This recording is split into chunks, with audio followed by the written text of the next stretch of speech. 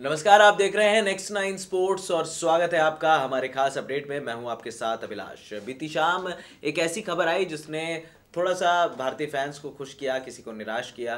क्योंकि बता दें आपको कि भारतीय टीम के दो स्टार क्रिकेटर्स जो हैं हार्दिक पांड्या और केएल राहुल पर बीसीसीआई ने जो सस्पेंशन था वो हटा दिया है। अब तक सुप्रीम कोर्ट में मसला चला गया था, सीओए डायरेक्ट पहुंच गया था और वहां पर उन्होंने डिमांड की थी कि एक ऑम्बुड्समैन जो है वो अपॉइंट किया जाए और हार्दिक और राहुल पर इंक्वायरी लीगल वही करें।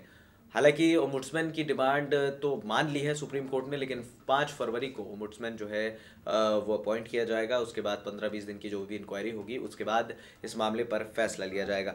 मामला था दरअसल बॉलीवुड डायरेक्टर करण जौहर के famous chat show coffee with करण से जुड़ा हुआ। दोनों जो स्टार क्रिकेटर्स थे उन्होंने वहाँ शिरकत की। शो का फॉर्मेट थोड़ा सा अलग है और इन्होंने महिलाओं को काफ़ी अपमानित किया। महिलाओं को अपमानित करना गलत है और कहीं ना कहीं ये सारी चीज़ें जो हैं ये शर्म की बातें जो है दिखाती हैं। बड़ी बात यह है कि भारतीय टीम जिस तरह से प्रदर्शन कर रही है वो तो है कि भाई उनको भी अब हार्दिक की ज़रूरत है, क्योंकि वर्ल्ड कप जाना है और वर्ल्ड कप के लिहाज से काफ़ी क्रूशियल प्लेयर होने वाले हैं हार्दिक पांड्या, ये हर कोई जानता है। लेकिन इस मामले को जिस तरह से बढ़ाया है बीसीसीआई और सीओए ने, ये थोड़ा सा कंफ्यूजन करके रख दिया है। क्योंकि टेम्पररी जो इनको सस्पेंड किया गया था इंक्वायरी पूरी होने तक, तो अब इंक्वायरी तो अब ओम्बुड्समैन करेगा। अब ओम्बुड्समैन जब भी इंक्वायरी करेगा फिर 15-20 दिन और लगेंगे, तो उससे पहले फिर बीसीसीआई ने इन पर से फिलहाल एज ऑफ नाउ बैन हटा दिया है। लेकिन इंक्वायरी के बाद क्या सज़ा मुकर्रर की जाएगी ये भी देखना है, क्योंकि अभी भी हार्दिक और राहुल के मन से टेंशन नहीं निकली होगी। राहुल को हालांकि इंडिया ए के लिए भेजने के लिए भेज दिया गया है, इंग्लैंड लायंस के खिलाफ वो खेल रही है, और हार्दिक पांड्या को न्यूजीलैंड दौरे पर भेजा जा रहा है। ऐसे में क्या बीसीसीआई ने सही किया? क्योंकि अगर आपको टेम्पररी सस्पेंशन हटाना था, या फिर सीओए जो ने भी जो बात मानी है बीसीसीआई की, अगर आपको टेम्पररी सस्पेंशन हटाना था तो आप सुप्रीम कोर्ट क्यों ले गए इस मसले को? हर मामले को आप सुप्रीम कोर्ट ले जाएंगे तो शायद ये बीसीसीआई पर भी सवाल खड़े करता है कि आप पर क्या इतना आपके पास पावर नहीं है कि आप अपने खिलाड़ी को बैन कर सकें या अपने खिलाड़ियों पर इंस्टेंट एक्शन ले सकें। ठीक है, जो उन्होंने किया उनको उनकी सज़ा मिली है। 3 वनडे वहाँ ख़राब हुए, प्लस ऑलमोस्ट 2 वनडे यहाँ भी खराब, 5 वनडे इनको बैन हो गए हैं ये। तो कहीं ना कहीं अब खिलाड़ियों को वापस आना भी ज़रूरी है, क्योंकि देखिए खुद महिलाओं की भी राय हमने की थी नेक्स्ट नाइन स्पोर्ट्स पर। उन्होंने भी कहा था कि ठीक है, मामले को काफ़ी ज़्यादा तूल दिया जा रहा है। इस मामले को बीसीसीआई और सीओए ने काफ़ी अलग तरीके से लिया है, क्योंकि डायना डुलजी कह रही थी कि मैं विश्व कप और आईपीएल से बैन कर दूंगी। विनोद राय साहब कुछ और कह रहे थे। सीके खन्ना साहब ने कहा कि नहीं, इन पर बैन और सस्पेंशन हटा देना चाहिए, जो एक्टिंग प्रेसिडेंट है बीसीसीआई के। राहुल जौहरी ने दोनों क्रिकेटर से बात की थी, तो ये मसला काफ़ी अलग जगह से तूल पकड़ रहा था। लेकिन कहीं ना कहीं हार्दिक और राहुल के लिए राहत भरी खबर यह है कि बीसीसीआई ने फिलहाल टेम्पररी सस्पेंशन हटा दिया है। लेकिन सवालों के घेरे में अभी बीसीसीआई और सीओए भी आ गए हैं, क्योंकि जिस तरह से इन्होंने रिवील की हैं चीज़ें, हम तो यही कहेंगे कि रिवील ही की है। कि राहुल कह रहे हैं कि मैं पार्टी कर रहा था, पार्टी से मैं वापस आया।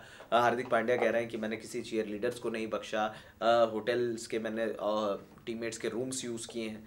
तो इस तरह की बातें जब आप कैमरे के सामने कहते हैं पब्लिक प्लेटफॉर्म पर, तो आप ट्रॉल होंगे ज़रूर।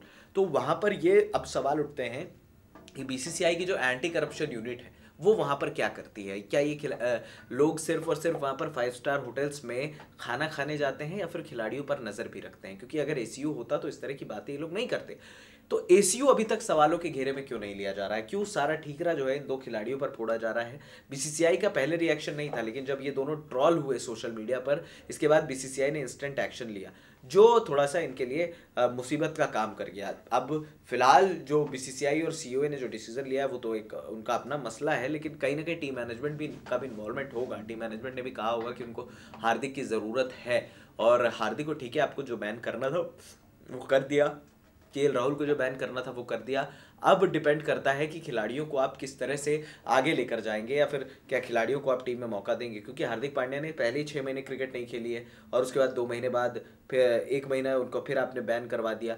तो कहीं ना कहीं अब हार्दिक का भी क्या वो कॉन्फिडेंस वापस आ पाएगा? क्या वो भारत के लिए बेहतर खेल पाएंगे? क्योंकि हार्दिक पांड्या का टीम में रहना ज़रूरी है। एक्सप्लोसिव बैट्समैन है, तेज़ खेल सकते हैं, प्लस आपके ओवर्स निकाल सकते हैं, तो कहीं ना कहीं हार्दिक पांड्या एक क्रूशियल फैक्टर प्ले करते हैं भारतीय टीम के लिए। अब डिपेंड करता है कि किस तरह से भारतीय टीम हार्दिक पांड्या और केएल राहुल के मसले को जो है हैंडल करती है। फिलहाल बीसीसीआई ने चार्जेस तो लगे हुए हैं, ओम्बुड्समैन जो भी डिसाइड करेगा वो उनके ऊपर है, लेकिन अब तक एज ऑफ नाउ हार्दिक और केएल राहुल को राहत भरी खबर मिली है। अब देखना होगा कि मामला और आगे क्या नया मोड़ लेता है। फिलहाल इस खास अपडेट में इतना ही, हमें दे दीजिए इजाजत, और हाँ, हमारे चैनल नेक्स्ट 9 स्पोर्ट्स को सब्सक्राइब करना मत भूलिएगा। नमस्कार।